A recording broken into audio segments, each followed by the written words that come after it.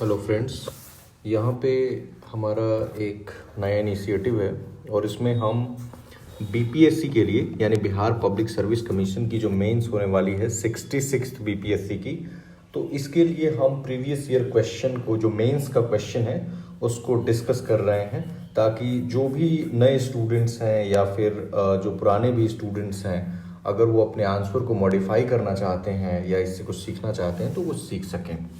चलिए हम स्टार्ट करते हैं। ये जो लास्ट मेंस हुआ है बीपीएससी का नवंबर में, उसका क्वेश्चन है और आप देख सकते हैं यहाँ पे ये 2019 लिख रखा है, लेकिन 2020 में हुआ था ये मेंस।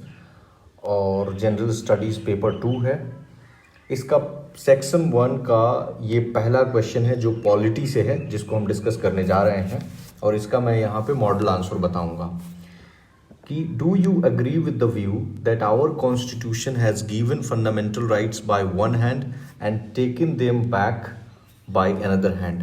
हिंदी में है कि क्या आप इस वक्तव्य से सहमत हैं कि हमारे संविधान ने एक हाथ से मौलिक अधिकार दिए हैं किंतु दूसरे हाथ से उन्हें वापस ले लिया है। सबसे पहले आपको ये समझना है कि क्वेश्चन में कुछ डायरेक्टिव्स होते हैं। जैसे यहाँ डायरेक्टिव है डू यू एग्री, यानी आपसे पूछा जा रहा है कि क्या आप इस बात से सहमत हैं। आप सहमत हो भी सकते हैं, आप सहमत नहीं भी हो सकते हैं, या आप पार्शियली भी सहमत हो सकते हैं। तो मुझे लगता है कि हमें आंसर राइटिंग में एक बैलेंस्ड अप्रोच अपनानी चाहिए और उसी बैलेंस्ड अप्रोच में I would go with the middle path. Buddha ने भी कहा है मिडल पाथ अपनाओ, और वही एक बैलेंस्ड आंसर की निशानी होती है। तो क्वेश्चन कह रहा है कि मूल अधिकार जो संविधान है, मूल अधिकार एक तरफ तो हमें लगता है कि मूल अधिकार दिया है, लेकिन दूसरी तरफ लगता है कि उसने मूल अधिकार को दूसरे हाथ से ले लिया। तो क्या ऐसा है? अब इसी क्वेश्चन को हम डिस्कस कर रहे हैं। चलिए नीचे नीचे स्पेस होगा, नीचे हम इस क्वेश्चन को डिस्कस करेंगे और जैसे यहीं पे करते हैं, जैसे इसमें कुछ बिंदुओं पे आपको फोकस करना होगा। जैसे कि यहाँ आप देख सकते हैं, मैं अगर इसमें आंसर लिखूंगा तो इसमें ये होगा कि मैं आर्टिकल वाइज अगर बताने की कोशिश करूं या कुछ थीम्स में बताऊंगा, आप उसको एक्सपैंड कर देंगे। ठीक है, जैसे कि आर्टिकल 13 ये क्या कहता है, आप एक ही साथ दोनों को बताएंगे कि एक तरफ देता है और एक तरफ लगता है कि नहीं देता है। ठीक है, आर्टिकल 13 में कहता है कि पार्लियामेंट कोई ऐसा कानून नहीं बनाएगा जिससे कि फंडामेंटल राइट्स का हनन हो। ठीक है, उसको आप नहीं ले जा सकते। लेकिन आर्टिकल 13 के क्लॉज 4 में ये बात जोड़ दी गई कि यस, कानून के तहत नहीं लेकिन कॉन्स्टिट्यूशनल अमेंडमेंट के तहत जो है वो पार्लियामेंट फंडामेंटल राइट्स में सुधार कर सकती है, यानी कि अमेंडमेंट कर सकती है। जो भी चेंजेस चाहते हैं वो कर सकते हैं।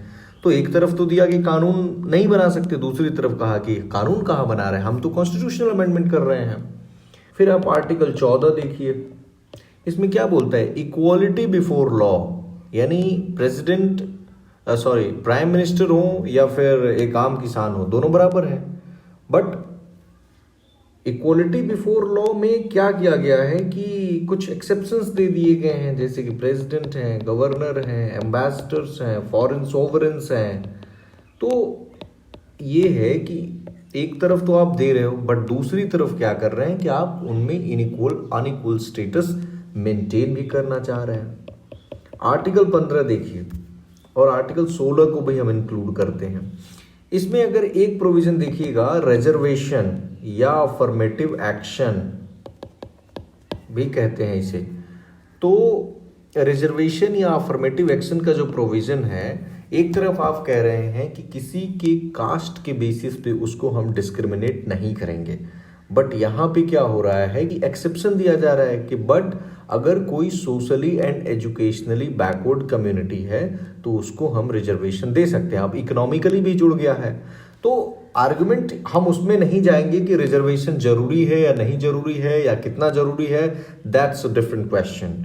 हम यहाँ पे सिर्फ ये डिस्कस कर रहे हैं कि कैसे एक तरफ लग रहा है कि yes it is maintaining right to equality under article 14 से 18, but yes it is creating inequality also.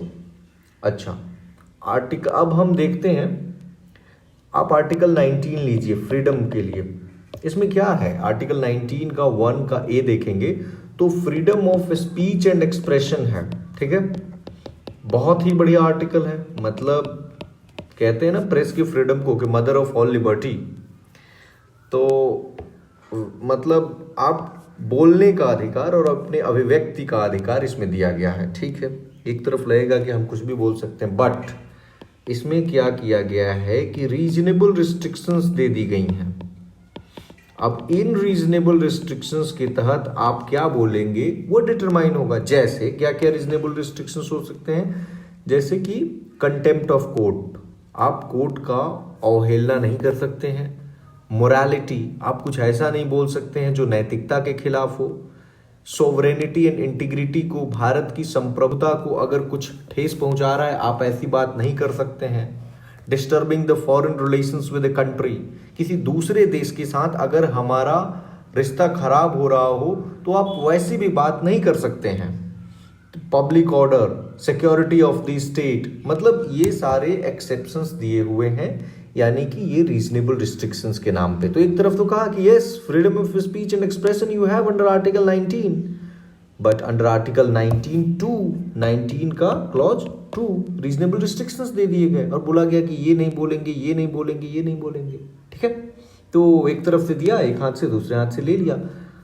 जो सबसे इंपॉर्टेंट आर्टिकल कहा जाता है ना, आर्टिकल नंबर 21, इसमें क्या है, right to life and liberty, व्यक्ति को अपनी जीवन जीने की स्वतंत्रता और पर्सनल फ्रीडम की स्वतंत्रता है। बट इसमें भी क्या कहा गया है कि एक्सेप्ट प्रोसीड, मतलब इसमें एक्सेप्शन है कि ये आपके राइट को छीना जा सकता है। कैसे, according to procedure established by law.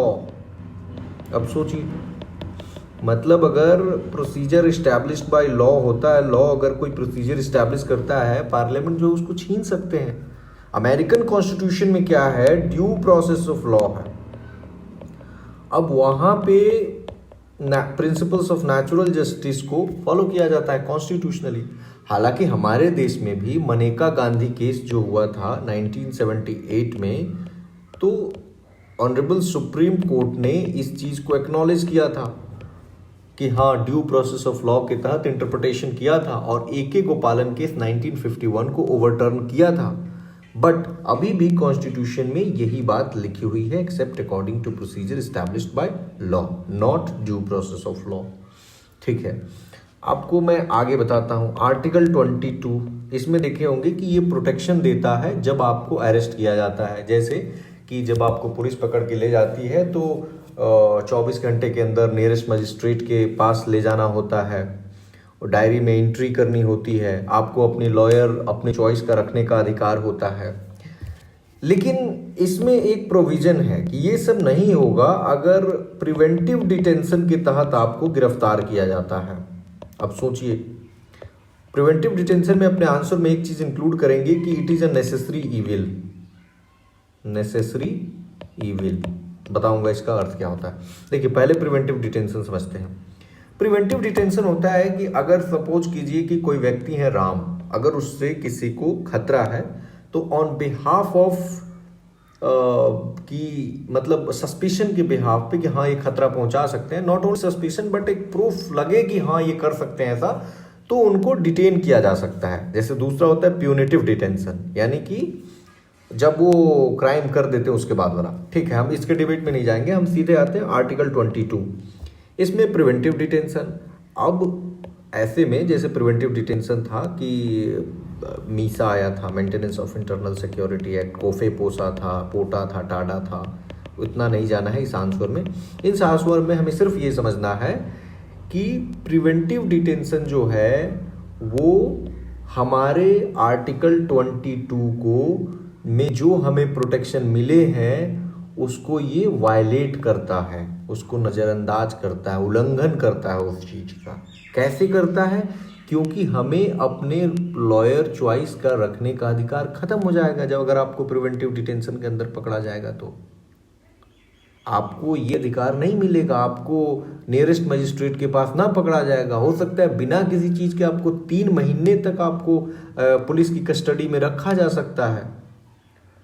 अच्छा, आर्टिकल अब नेक्स्ट देखते हैं, आर्टिकल 24 देखिए। नेसेसरी इविल इसलिए कहते हैं क्योंकि नेसेसरी इसलिए कहते हैं कि क्राइम से प्रिवेंशन किया जा सके, और इविल इसलिए कहते हैं कि किसी भी डेमोक्रेटिक कंट्री में इस तरह की चीज़ें नहीं है। इवन ब्रिटेन ने भी इसको अबॉलिश कर दिया है।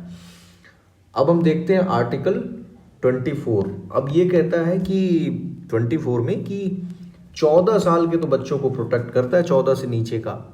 लेकिन एक तरफ देखते हैं कि 18 साल से ऊपर के लोगों को वोटिंग देने का अधिकार प्राप्त है। तो ये क्या इनकंसिस्टेंसी नहीं है?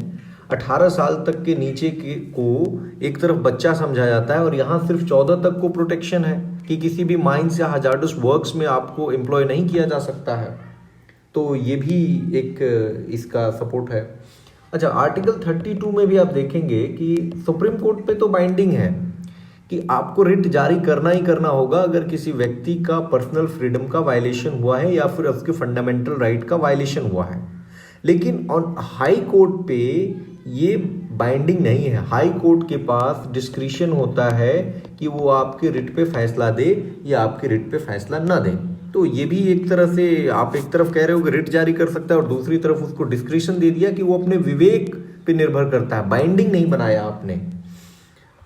अब देखिए 33 जो आर्टिकल है, इसमें क्या है, हम जैसे हमारा एक कॉमन सिटीजन का जो फंडामेंटल राइट है, वो फंडामेंटल राइट एक रॉ में, आईबी में या फिर किसी आर्मी एयरफोर्स में जो लोग काम करते हैं या फिर इवन उनके जो बार्बर्स होते हैं, खाना बनाने वाले होते हैं, उनको वो फंडामेंटल राइट अवेलेबल नहीं होते। वो उनके आर्मी एक्ट, नेवी एक्ट इस तरह से बना करके और रिस्ट्रिक्ट कर दिया जाता है। तो रियल मायने में वो तो फंडामेंटल राइट का नहीं कर पा रहे। वो बात अलग है कि उनकी ड्यूटी का वो रिक्वायरमेंट है।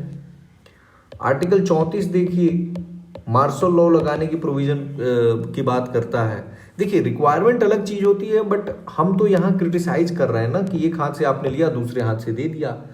तो मार्शल लॉ में कैसे इनको इंडेमनीफाई करते हैं। खैर हमारा आंसर बहुत बड़ा हो रहा है और एक इसमें कोट कर देंगे आइवर जेनिंग्स को। इन्होंने जो है पैराडाइज ऑफ लॉयर्स बोला है कि ये फंडामेंटल राइट को, मतलब इन्होंने बहुत सारे लॉयर्स ने मिल करके बना दिया है और बहुत काफ़ी क्लिष्ट बना दिया। खैर हम, लेकिन इसमें पूछा है डू यू एग्री, तो मैं जैसे कह रहा था मेरा मेजॉरिटी ऑफ द आंसर इसमें ये होगा कि इस पे मेजॉरिटी ऑफ द आंसर मैं लिखूंगा ये वाला कि येस आई एग्री। बट कुछ मैं ये भी बताऊंगा कि कैसे, मतलब ऐसा नहीं है। और ऐसे में आप कैसे बताएंगे कि ये सिविल एंड पॉलिटिकल राइट्स देता है। ठीक है, हम डायरेक्टली सुप्रीम कोर्ट में जा सकते हैं डायरेक्टली, जैसे ये नहीं कि लोअर कोर्ट गए, हाई कोर्ट गए।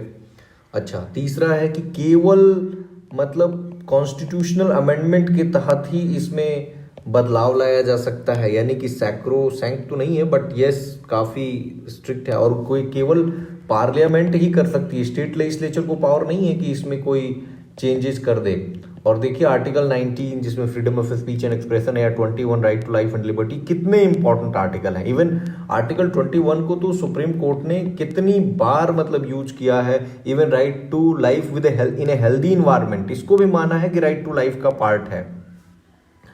तो मतलब सिविल लिबर्टी को इंश्योर करना, माइनॉरिटीज के राइट्स को प्रोटेक्ट करना, रिलीजन मतलब सेकुलरिज्म के प्रिंसिपल्स को आर्टिकल 25 से 28 तक।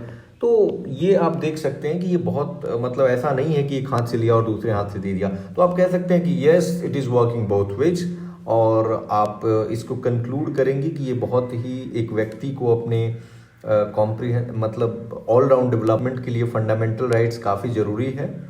और मतलब सुप्रीम कोर्ट या हाई कोर्ट्स या जो भी कोर्ट्स हैं उनको इंश्योर करना चाहिए कि ज़्यादा मतलब उनकी राइट्स को ज़्यादा वायलेशन ना हो।